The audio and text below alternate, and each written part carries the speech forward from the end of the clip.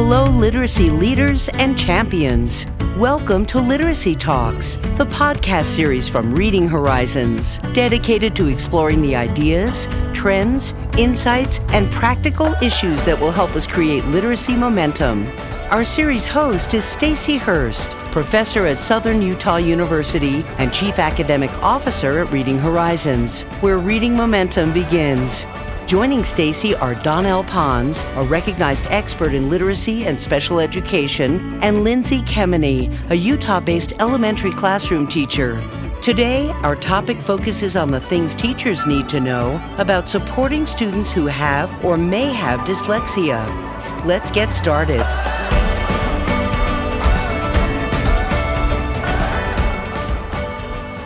Welcome to this episode of Literacy Talks. I'm your host, Stacy Hurst. I'm here with my co-hosts, Donnell Pons and Lindsay Kemeny, and we have another great topic to discuss today. Donnell chose our topic, so without further ado, we'll just turn the time over to you, Donnell, to talk to us about it. Set the stage for our conversation.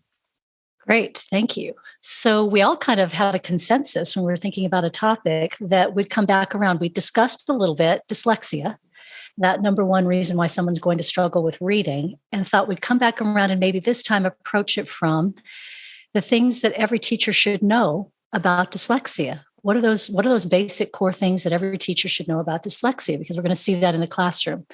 Before we get started on the conversation, though, I think it's kind of interesting. Just this week, there's a bit of a thing going on in Europe with a couple of members of the royal family of two different countries who have dyslexia, who have joined up and they're doing a conference together. And one of them is Princess Beatrice of England, and the other one is Prince Carl Philip of Sweden.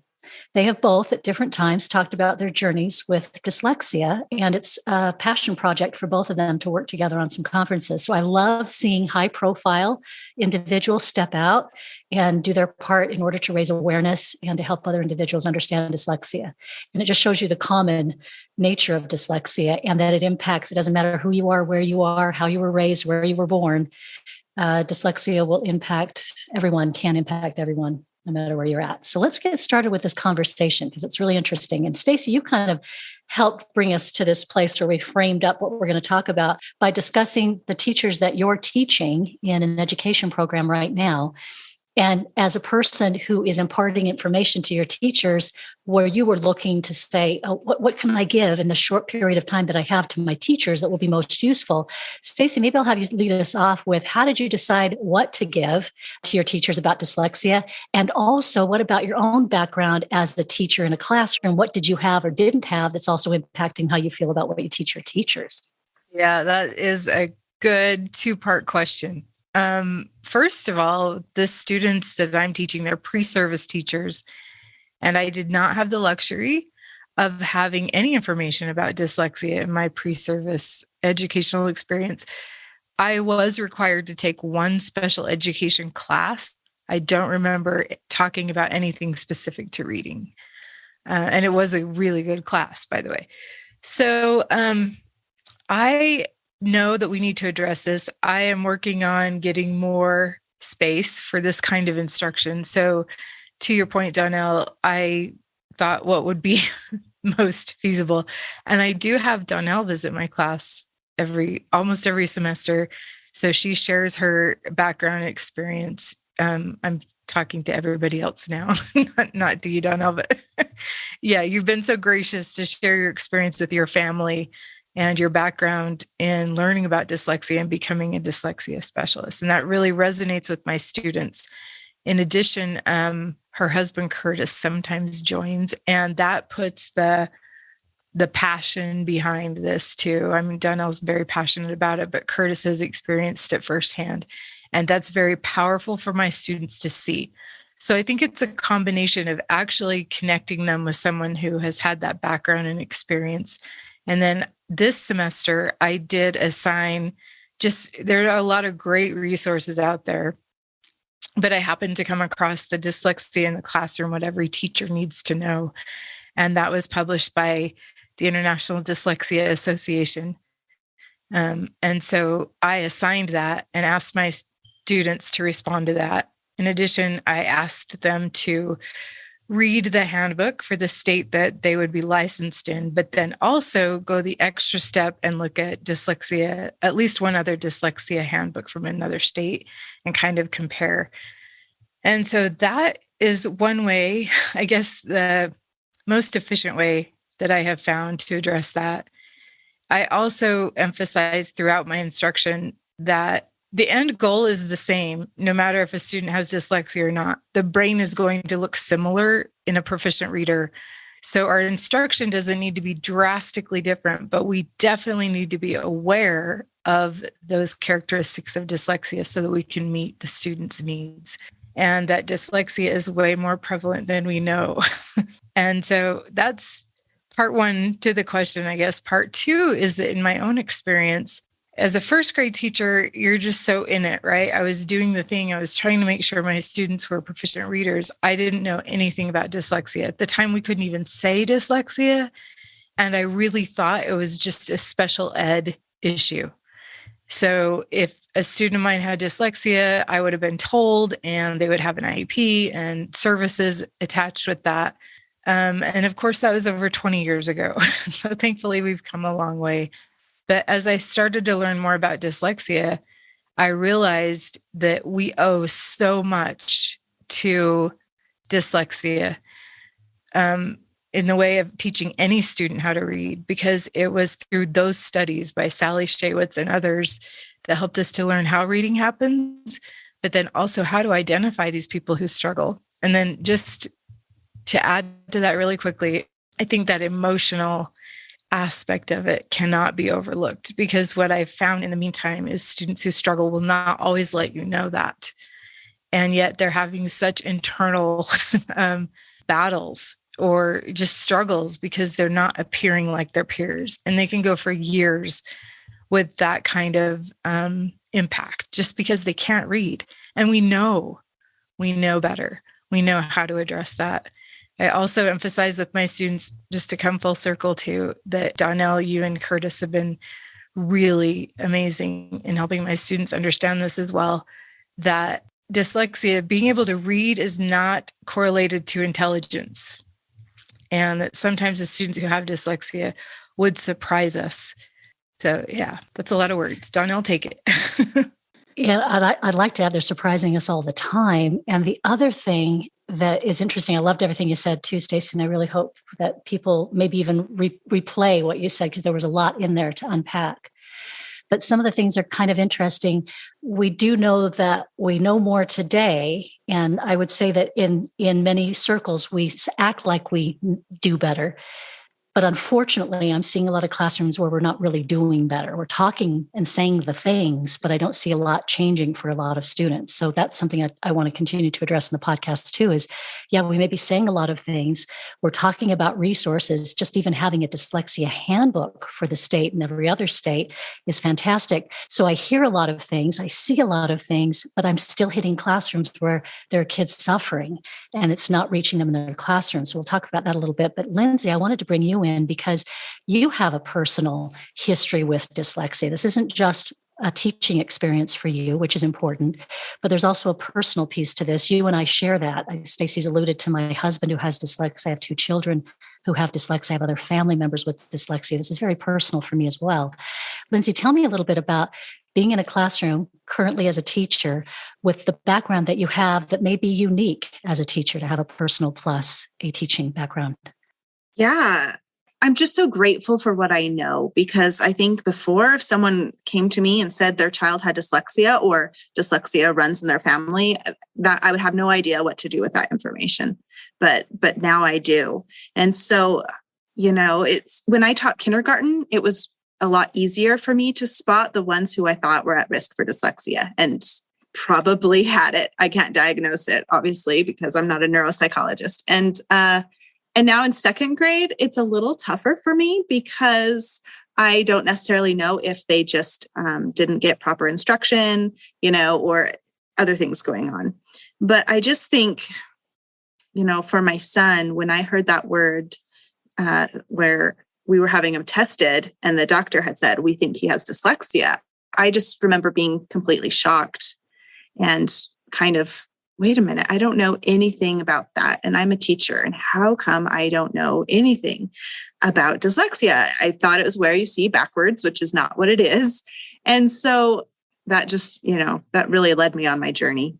Lindsay, I think that's great. And I love that all of us have shared, we're willing to be open and vulnerable and share what we thought we knew, right? And the ways in which we thought we were helping and maybe it wasn't helping, or we assumed a certain group was in a certain place in the school receiving services for something. All of those things that I think all of us can relate to, anybody listening is going to relate to. One of the things I want to touch on that you were saying, Lindsay, that was kind of interesting to me is, as an educator, you'd been in the classroom for years at the point in which someone says to you, we think your son has dyslexia, and you were incredulous. Mm-hmm. What had you been seeing with your son that took you to a place where you had someone look at your son to say, what's going on? What did that? He struggled. I knew he struggled from the time he was in preschool, and because he was struggling to learn the letters. And I have two older boys that are older than him that learned them so easily. So we're doing all the same things, and I'm kind of confused. Oh my gosh, this is taking so much work to have him learn his letters. And I remember going into and his speech was a little slower as well.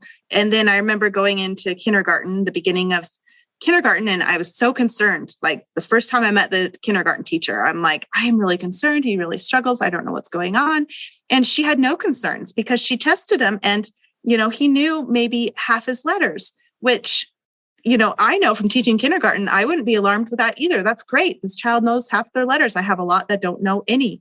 But what she didn't realize is that we had been working on that for 2 years, and I knew how much it had taken to get him there. But I didn't know what to do, except, in kindergarten, we also found out he had ADHD. So he was diagnosed with ADHD, and that's how he got an IEP and was receiving special education services. But nothing got better. In first grade, he was still struggling. Second grade, still struggling. And I didn't know what to do. And I had asked the district so many times, what do I do? Do we, I didn't even know that you could really do outside testing for, learning disabilities. So it's actually kind of, I guess, off topic how we found out, because he ended up having a seizure. And so we had to go see not a neuropsychologist, but a neurologist. And so I was asking her, well, he also has all these learning troubles. Could something be related? And she's the one that said, oh, you should go to a neuropsychologist for testing. So that's what we did. And so it wasn't until the end of second grade when he was diagnosed. Lindsay, I love hearing this story because I know there are going to be listeners who have had similar stories, or that sounds so familiar to them, or they wish that maybe something had taken them earlier on the journey of discovering exactly what was going on. And I wanted to add, because even as a teacher, and I would go into my two older boys when they were like in first grade and second grade, and I would go help in their classes because I wasn't teaching at this point. I was in a little pause, right? So I could stay home with my children. And I remember just working with the ones that struggled. Had them out in the hall working with them. And I remember just thinking, oh, that's so sad. Their parents must not work with them. And then and even like, I'm so embarrassed, but even as a teacher, that's kind of what I thought. And then, my own son comes along, my third one, who I read to him and worked with him more than anyone else combined, and still he really struggled. And so I see that all the time now. I hear comments with teachers just being like, oh, if only their parents would work with them, or their parents don't read to them. And you know what? That is not the issue. And you're going to have a child with a learning disability. No matter what's going on at home, it's going to be really difficult for them. Lindsay, I really appreciate you sharing that, because that's not an easy thing to admit, right? Even though it's so familiar.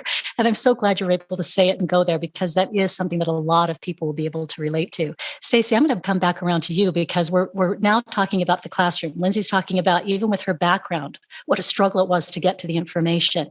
You had mentioned something earlier when you were in your teaching years and you're in the classroom. You talked about the fact that you had felt at some point that maybe it wasn't even okay to say dyslexia.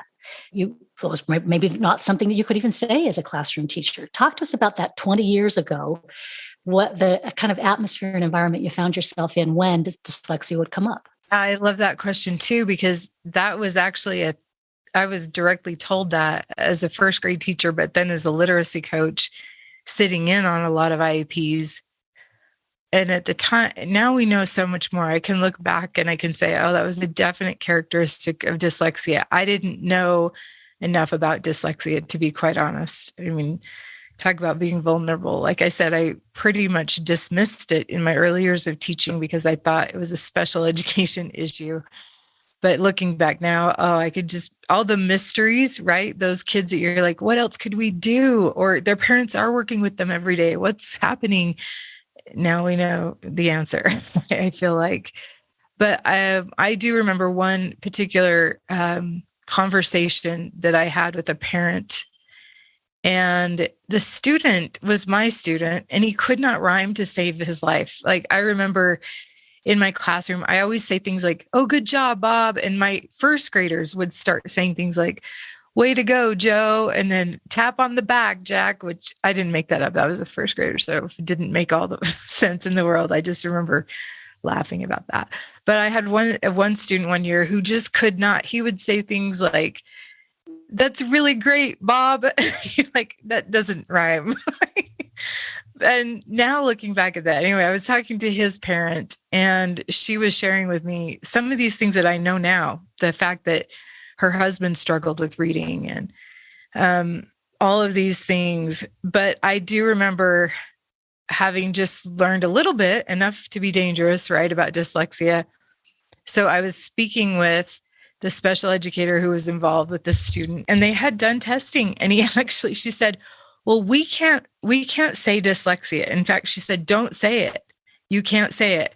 And now, you guys, I just listen and I'm thinking, oh my gosh, I wish I knew more, because his testing had shown a huge deficit with phonological processing. Duh. And so I just remember that whole IEP meeting, not knowing enough about dyslexia, but being so afraid to say it that I don't think I participated very much at all. But the reason I was given to not say it is because it's a medical diagnosis and we're not qualified. And then also, it went one step further, that my understanding, based on what I was told, was that if we said it, then the district would be responsible to pay for services for that, because it was a medical diagnosis that would require more funds. So I was absolutely counseled not to say it. And it really did it didn't help me into leaning into it to figure out what it was, right? It kind of became this scary thing that I need to kind of avoid. I love that you shared that, because number one, and I'm going to read the definition just very quickly for folks. Dyslexia is a language-based learning disability. So nowhere in there does it say medical, right? I haven't heard doctor yet. Dyslexia refers to a cluster of symptoms which result in people having difficulties with specific language skills. Again, things you're going to see in a classroom, right? Particularly reading. Oh, there it is again, school. Students with dyslexia usually experience difficulties with other language skills such as spelling, writing, and pronouncing words, all things happening in classrooms, right?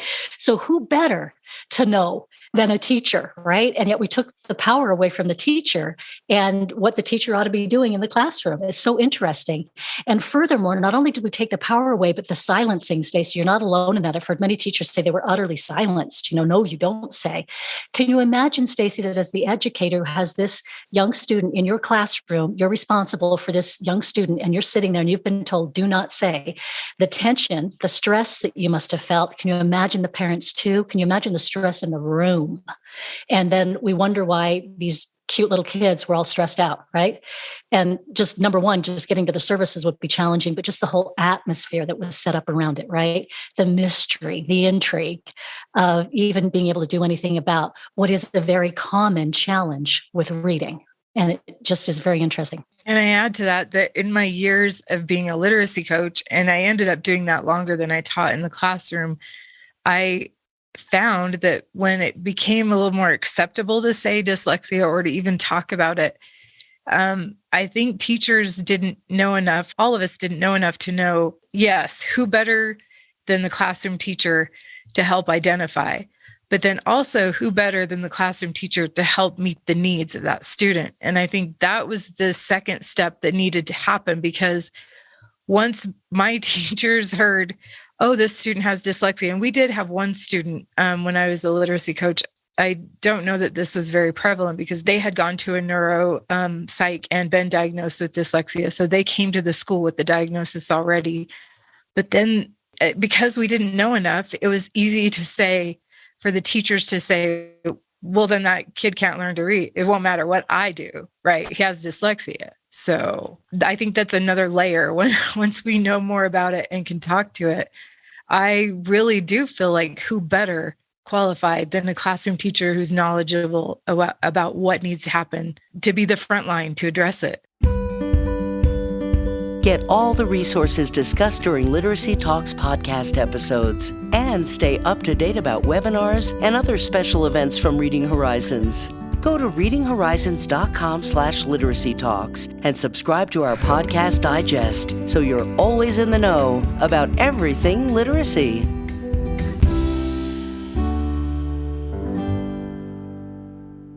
So something you said, Stacy, just brought this up to me because sometimes it's hard for me this is coming from a parent.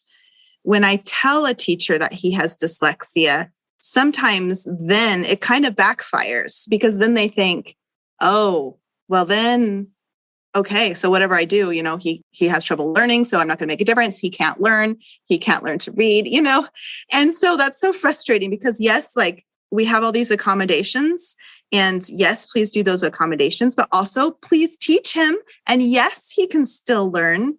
And if you could see, we found out my son had dyslexia the end of second grade, and we started tutoring right away with someone who knew about dyslexia because I didn't. And, my biggest regret, I think I've said it before, is we were only doing twice a week. So it wasn't making a huge difference. But at the end of third grade, I had my own training and I decided to work with my son every day and provide intervention. And you guys, I just have to say, and he's severe. So he's very severe dyslexia. It was third grade. He was probably more on a kindergarten, first grade level. And just yesterday, I progress monitored him and he's in sixth grade now. And he read 140 words per minute with 100% accuracy on a sixth grade passage. And I just cried happy tears last night because, I was just so excited. The benchmark's 120 on this test. So he was, just right there and a little above. And I was so excited. They can learn to read. And that's my whole point. He has severe dyslexia. He can still learn to read. Lindsay, I think that cannot be emphasized enough. And that is the thing that resonates with my students. In fact, Donnell's husband, Curtis, said it. He was sharing about how he learned how to read and that now on dyslexia screeners, he doesn't even show up as dyslexic. But I think it's important that we dispel a myth that you can cure it. You can't cure dyslexia. It's not a disease. And so you can't cure it. But to your point, Lindsay, I think it's so empowering for teachers to know students with dyslexia can learn to read. They can be proficient readers. And Stacy, to that note, Lindsay, I'm at the end journey of where you're at. I'm just going to say, too, I applaud you because I know the hours that are involved. As a parent of a child who has dyslexia, and he actually has the 3 Ds, dyslexia, dysgraphia, dyscalculia, the math disability. I wish we had time to talk about all of those as well, and we don't do enough. So I know the journey. I appreciate the journey. And my son is at that end part of it where he's heading into college. And I have to say, when we sat down to do some updated neuropsychological testing so that we could get evaluations for college, the individual who did the testing said to me after, I'm really glad you told me that he has dyslexia because I don't know what you guys did for reading, but I applaud you. And I was like, I mean, that's really what you want to hear. But the other thing is I welled up with tears because I thought that represents so much work. I mean, it was worth it. What else am I going to do, right? But that's the other piece that I think we need to be careful about is even though we have all of these resources and it's like you say, so much better than it used to be, we do know what to do. We do know the things to do and the way to teach. We know it's on a continuum. So we know, as Lindsay says, her son is more severe. It's going to struggle more. I have a daughter who's more mild. It took a lot less intervention. We did all the wonderful things and she got going and on her way. I have a son more severe. It took a lot more of the things to get us moving. So that's the other thing we need to be aware of. of as teachers and as parents, and to provide the support all along the way for the students who look very different in settings. Stacey, you had something to say. Yeah, and I'm saying this from a teacher perspective about parents, because I think that if we're not careful, we can make parents carry the brunt of this, right? I've just talked to parents who walk away from an IEP meeting, even when we have said the word dyslexia, that just have so much guilt or just confusion. And you said it too, Lindsay. My third child, I read to him more. I did more with him. So immediately they take it on themselves. What did I do wrong? Right. And I think as educators, we can be really sensitive to that and find good ways to help them know this is not you. Right. But then also, as a profession, my hope is that sooner than later, we can look at that parent and say, don't worry about it. We've got this. We've got this. You enjoy your time with your child at home after school. You don't have to do all of the work, the blood, sweat, and tears. We've got this. Wow, Stacey, I would love to be a part of that day. As is, I think something important that you've brought up is also providing parents with resources and support. So like Decoding Dyslexia, wherever you live. Now, they're everywhere, but the Decoding Dyslexia groups in whatever state you're in, ours would be, the name of our state, are great groups because there are parents there who can help you. And getting together, we've been such great resources, not just providing things to do and places to go, but a shoulder to cry on when you need to. Someone to hear you out about an IEP meeting, someone to go with you to an IEP meeting. So, because oftentimes we have individuals who are trained to go with you that are associated with decoding dyslexia. So that's important, Stacey, like you said, is to also provide support to the parents. And then the other thing I want to kind of bring up too, and Lindsay, you can speak to this as well. And then I know we've got to wrap up. We could do this all day. It's really good. We might have to do a two-parter.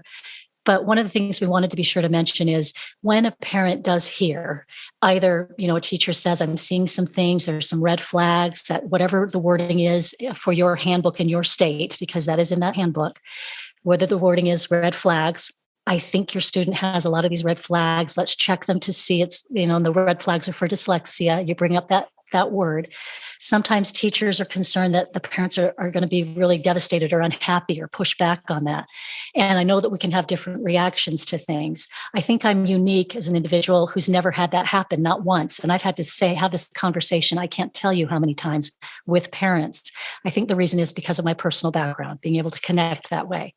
But I always start that conversation out with, we have a name for something that is not your child, but is something that we're going to deal with in order to get to reading. And that's what I want you to know.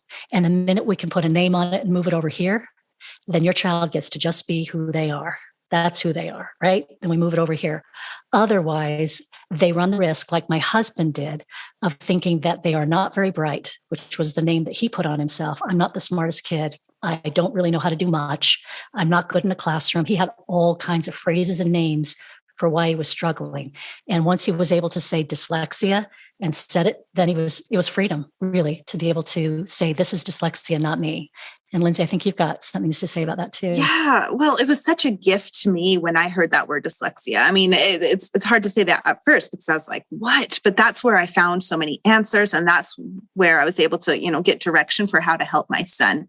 And so, initially I just assumed that every parent would be the same way. And I have had parents where I bring up, and of course I can't diagnose it. So I'm always very clear, like, he's showing signs of dyslexia. And I'm always like, I can't diagnose that, but these are some red flags. And I've had parents be so grateful for that. But then I've also had some experiences where they get upset and they get offended. And it's sad because it's made me a little more hesitant to say, and I try to, be careful how I word things, or then they say, oh, well, his teacher says he has dyslexia. Oh, well, I didn't say that. I said, he had the signs of dyslexia. And so, it's just made me like sometimes question, can I tell them? Can I not tell them? But I want to tell them because as a parent, it was so huge to me, so it's just a challenge that I think we face as teachers because we're always the bad guy a lot of times. If teachers don't have enough to deal with. But yeah, I've seen it go both ways too in experiences I've had, and teachers who have flat out refused to tell parents because they know they're not going to take it well.